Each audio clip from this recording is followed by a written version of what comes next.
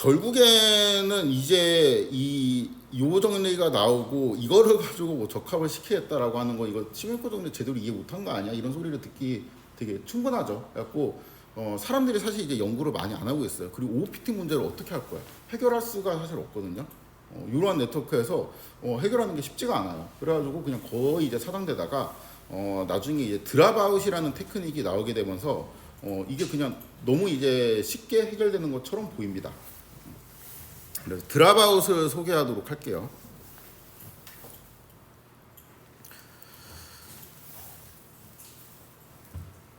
똑같은 데이터예요. 똑같은 데이터인데 이렇게 있어요. 이렇게 되어 있는데 이거를 이제 학습을 하자.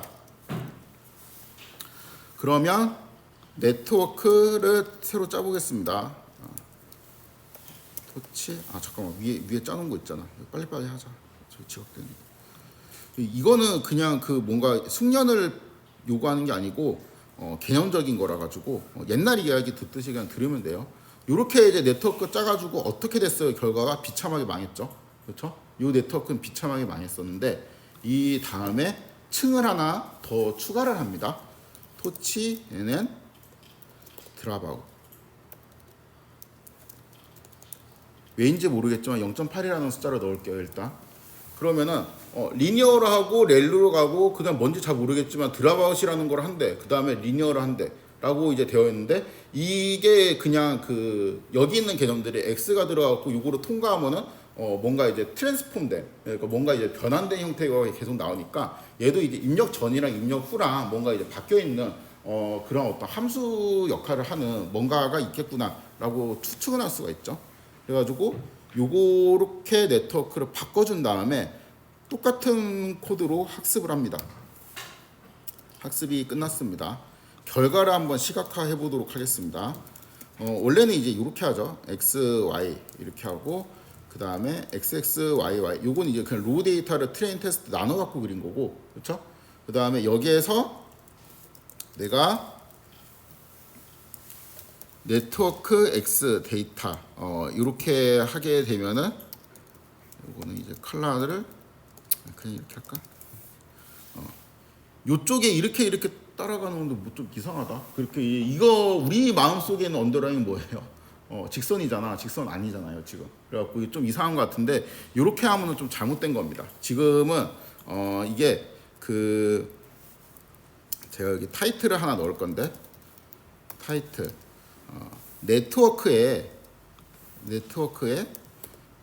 트레이닝이라는 게 있어요. true라고 이제 되어 있거든요. 그래서 f 스트링 네트워크 트레이닝 이게 지금 true로 설정되어 있는 상황입니다. 네트워크 점 트레이닝 이렇게 해야 되겠다. 이렇게 설정이 되어 있는 거예요. 근데 이제 드랍아웃이라는 거를 내가 네트워크에 추가를 하면은 단순히 이제 이렇게 그리는 게 아니고 여기에서 이렇게 그리는 게 아니고 이 네트워크에 이 트레이닝이라는 모드를 false로 만들어야 돼요. 어떻게 하냐면은 우리가 여기 이제 대입할 수도 있는데 이러한 함수가 있습니다. 이러한 함수를 이제 적용하면은 네트워크의 트레이닝이라는 이게 false로 바뀌게 돼요. 그렇죠? 그 다음 이거를 그리면은 이렇게 바뀌게 됩니다. 그래서 트레이닝 모드가 false가 되면은 평가 모드, 이밸류에이션 모드로 들어가게 되는데 그때는 이렇게 이상한 게 아니고 이렇게 거의 직선에 가까운 애가 나오게 되죠. 그럼 이때 언신 데이터에 대해서도 잘 동작을 하냐? 그렇게 썩 만족스럽지는 않은데 왜냐하면 이게 여기 끝에 올라가는 추세가 보이긴 했잖아. 그래갖고 이렇게 가기는 해요. 이렇게 가기는 하는데 그래도 이 정도면 합리적이죠. 그러니까 우리는 사실 리얼에서 얘가 완전 그 아무런 스트럭처도 없는 완전 노말인지 아닌지 사실 확신할 수가 없잖아요. 그래갖고 이 정도로 이렇게 따라가도 이 정도는 내가 합리적이야 받아들일 수 있어. 이렇게 그 생각을 할 수도 있습니다. 그러니까 예를 들어서 트루 모델이 진짜 여기에 아까 제가 y는 0 곱하기 xi 뭐 이렇게 되어 있었는데, 그렇죠? 0이 아니고 0.00001 뭐 이럴 수도 있잖아. 그래갖고 진짜 이제 올라가는 추세가 있을 수도 있으니까. 그래, 이거는 좀 합리적인 것 같죠? 그래가지고 이 드랍아웃 레이어가 갖고 있는 특징이 뭐냐? 이거에 대한 철학을 소개하면은 1시간 걸려요. 그래가지고 일단 어떻게 얘가 그 계산이 되는지, 어떻게 캐큘레이트 되는지 막 살펴보고, 어떻게 캐큘레이트 되는지를 살펴보면 아마 직관적으로 저래 갖고 오버피팅이 눌리는구나 라고 이제 바로 이해가 되는 사람들도 있을 거예요. 봅시다. U라는 벡터를 제가 랜덤을 이렇게 만들었어요. 그 다음에 터치에는 드랍아웃 0.5라고 잡았습니다. 간단하게 뜻을 설명하면 0.5로 그냥 날린다는 소리예요. 드랍아웃이니까 말 그대로. 그래가지고 이러한 함수를 D로 잡고 뒤에다가 U를 넣잖아요. 봅시다. 그러면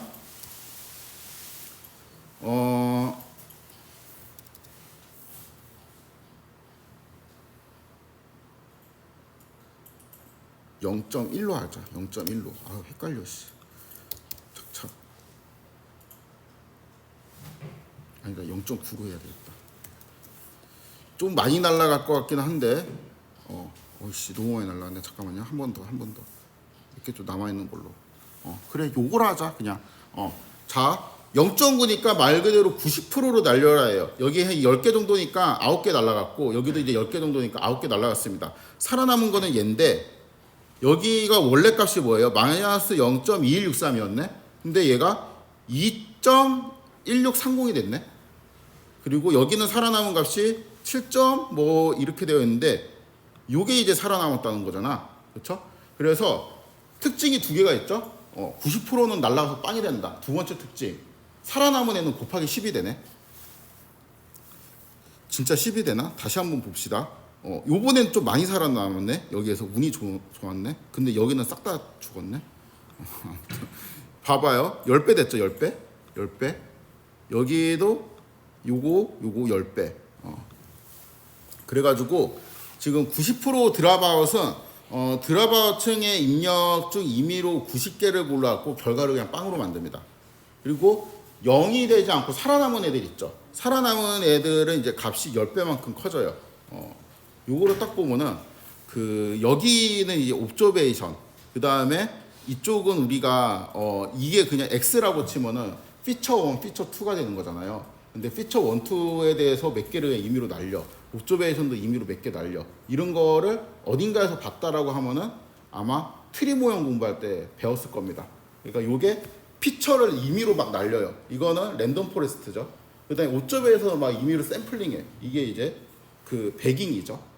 그래갖고 배깅이랑 랜덤 포레스트의 피처를 같이 날리는 게 지금 섞여 있는 거예요. 그래갖고 요거가 되면은 당연히 배깅이랑 이거 완전 랜덤 포레스트랑 그 배깅 느낌이잖아 라는 것까지 캐치했으면은 그럼 오버피팅이 날 수가 없지 라는 게 이제 바로 될 겁니다. 이게 안 되면 그냥 외우세요. 드랍아웃을 하면 오버피팅 눌린다. 이거를 그냥 외우셔야 됩니다. 아니면 저를 찾아오세요. 제가 1시간 동안 설명해 드릴게요. 그래서 드랍아웃 레이어를 좀 정리를 하면은 구조, 입력이 이제 들어오면은 드랍아웃 레이어가 들어가요. 그 다음에 이제 출력이 나오는데, 입력이 이제 일부를 0으로 만든다. 그 다음에 두 번째, 0이 안 된 거는 이제 스칼라벨을 해가지고 드랍아웃을 통과한 모든 숫자의 총합이 일정하게 쭉 써 있는데, 이 무슨 말이냐면은 결국에는 요런 U 있죠. 요게 이제 내가 이제 렐루를 취하고 렐루를 취하면 이렇게 X가 1청이었다가 두 개로 쪼개져 가지고 이 두 개를 결국에는 잘 합쳐갖고 써머리 갖고 Y를 만들잖아요. 그렇죠? 근데 얘네들을 합쳐갖고, 원래 얘를 합쳐갖고 Y 해시라는 게 튀어나오는데, 내가 그냥 마음대로 임의로 10%로 날렸어. 그 다음에 그걸 합치면 Y 해시 90%로 날렸어요. Y 해시 그러면은 10분의 1의 값밖에 안 나오게 되겠죠. 그러니까 여기서 그냥 10분의 1만 남기고 내가 YS 계산을 하면은, 원래는 다 합쳐서 YS 계산을 했는데 당연히 이렇게 하면 10분의 1밖에 안 남게 되니까, 그러면 Y에서 이제 스케일 자체가 달라지잖아. 그러니까 남아있는 애들은 10배를 해주는 겁니다. 그래서 만약에 드랍아웃을 내가 50%로 때린다. 그럼 남아있는 애들을 2배씩 그냥 해주면 되죠. 오버피팅을 억제하는 효과가 있다. 이게 왜 그런지는 설명을 할 수가 없습니다. 그리고 시간 되면 좀 설명할게요. 나중에. 요게 드랍아웃이 지금 계속 내가 입력할 때마다 이게 바뀌잖아요. 그렇죠? 그러니까 얘가 뭐가 살아남는지는 입력, 그러니까 딱 칠 때마다 이 드랍아웃을 눌러봐야지 알 수 있잖아요. 랜덤이란 소리예요. 랜덤이란 소리는 여기에서 드랍아웃 레이어를 이렇게 하고 네트워크 X를 통과해갖고 Y가 나오잖아. 이게 매 지금 이터레이션마다 바뀌면서 Y 값이 나온다는 거예요. 그래갖고 매번 포문을 돌릴 때마다 뭐가 튀어나올지 모릅니다. 그렇죠?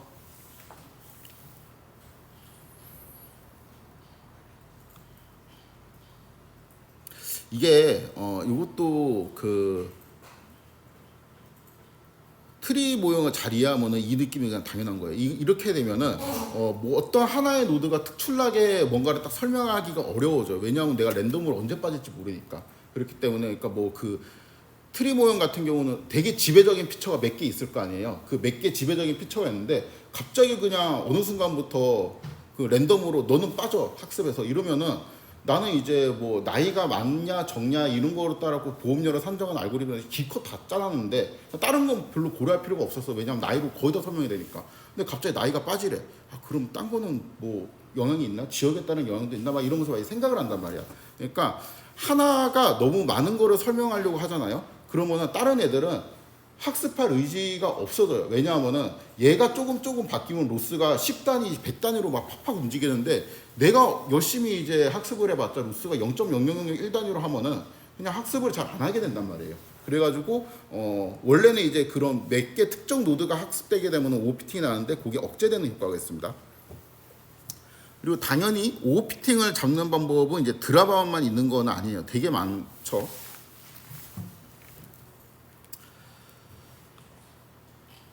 학생들이 굉장히 이제 질문을 많이 하는 것 중에 하나가 이 드랍아웃 쓰면은 뭔가 이제 날아가는 거 이해했습니다. 이해한 게 아니고 외웠습니다. 근데 이제 드랍아웃을 내가 렐루 전에 넣는지 렐루 다음에 넣는지 너무 헷갈립니다. 이런 질문을 이제 합니다. 렐루 다음에 넣습니다. 렐루 다음에 넣는 게 정석인데 네트워크 짜는 사람들이 렐루 전에 넣기도 해요. 근데 상관없어요. 왜 그러냐면은 이게 렐루 플러스 드랍아웃이 갖고 있는 되게 특별한 성질인데 이 마이 드랍아웃이라는 펑션을 만들어 갖고 제가 그냥 첫 번째 칼럼에서는 처음 5개를 그냥 빵으로 만들었어요. 그 다음에 두 번째 칼럼에서는 5개부터 이후로 그냥 빵으로 만드는 그냥 내 마음대로 이제 마이 드랍아웃이라는 거를 이제 만들었습니다. 물론 이제 남아있는 거는 생각해보니까 곱하기 2를 해야 될 것 같은데 그러네. 그 생각을 안 했네. 이렇게 하면 이제 마이 드랍아웃이죠. 자, 얘는 U를 드랍아웃 한 다음에 렐루를 취했어. 그러니까 이렇게 나오고 렐루 한 다음에 드랍아웃을 했으면 이렇게 나오네. 똑같네. 그런가 보다. 이렇게 이제 넘어왔습니다. 그런데 만약에 액티베이션이 여기 렐루가 아니고 시그모이드를 줄 수도 있었잖아요.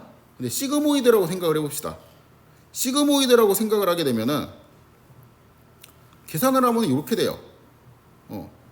드랍아웃을 하고 시그를 취했어. 근데 시그를 취하면 이제 드랍아웃을 하면은 빵으로 되잖아. 그쵸?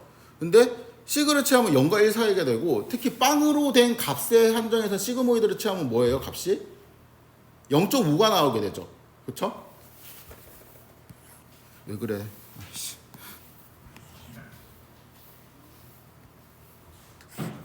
2x 플러스 1, 2의 x. 이 자리가 0이면 2분의 1이잖아요. 그쵸?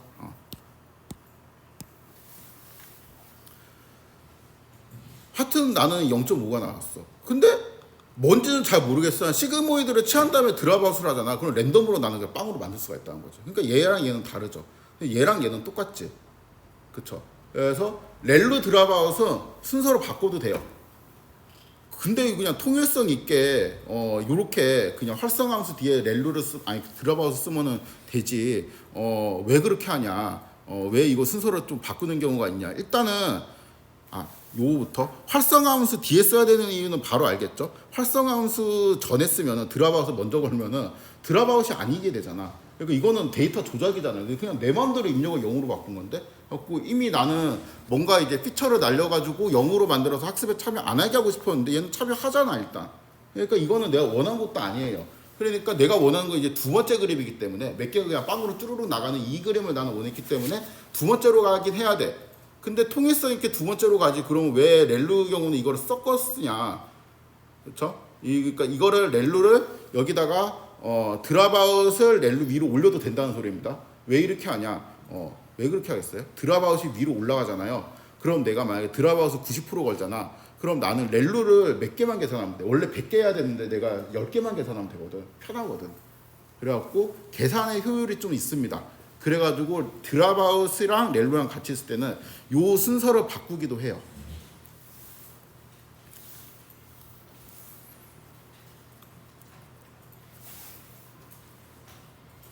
그 다음에 내가 오늘 욕심을 너무 많이 부렸나?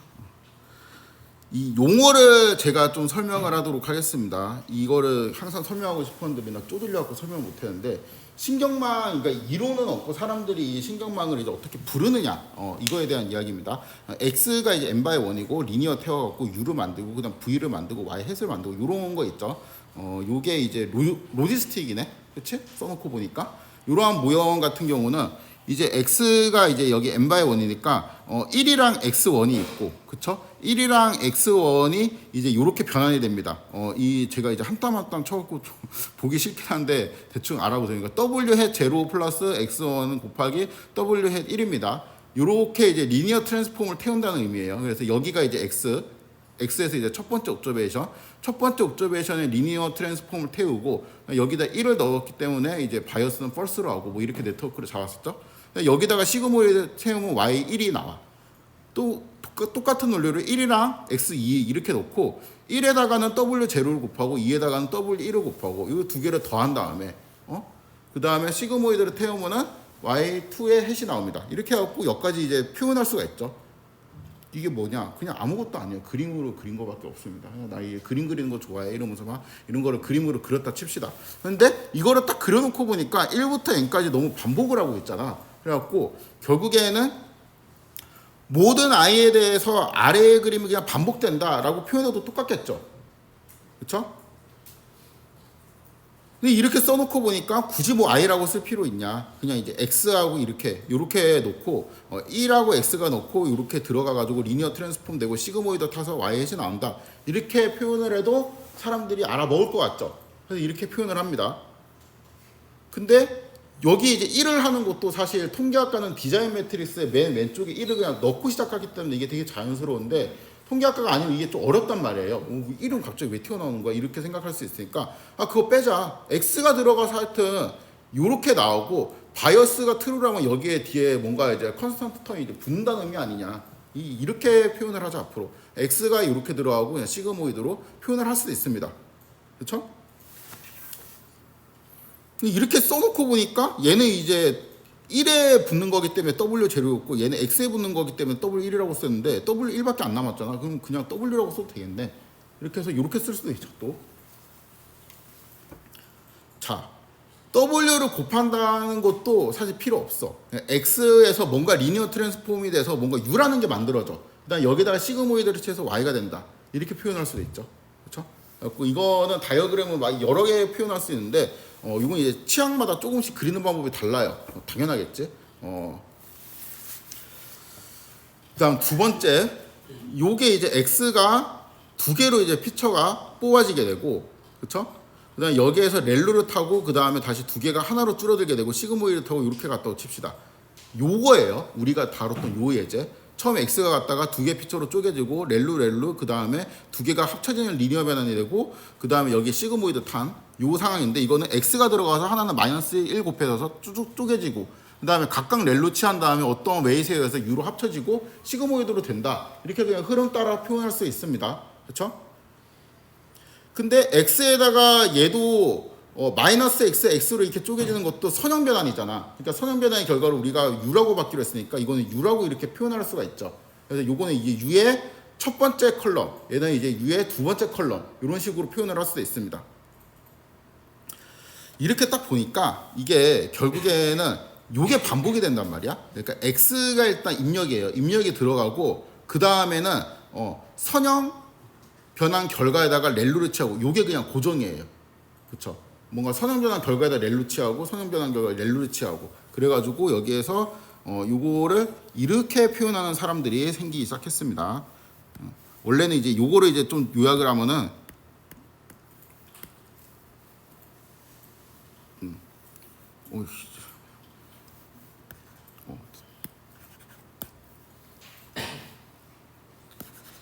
망했다. 아씨.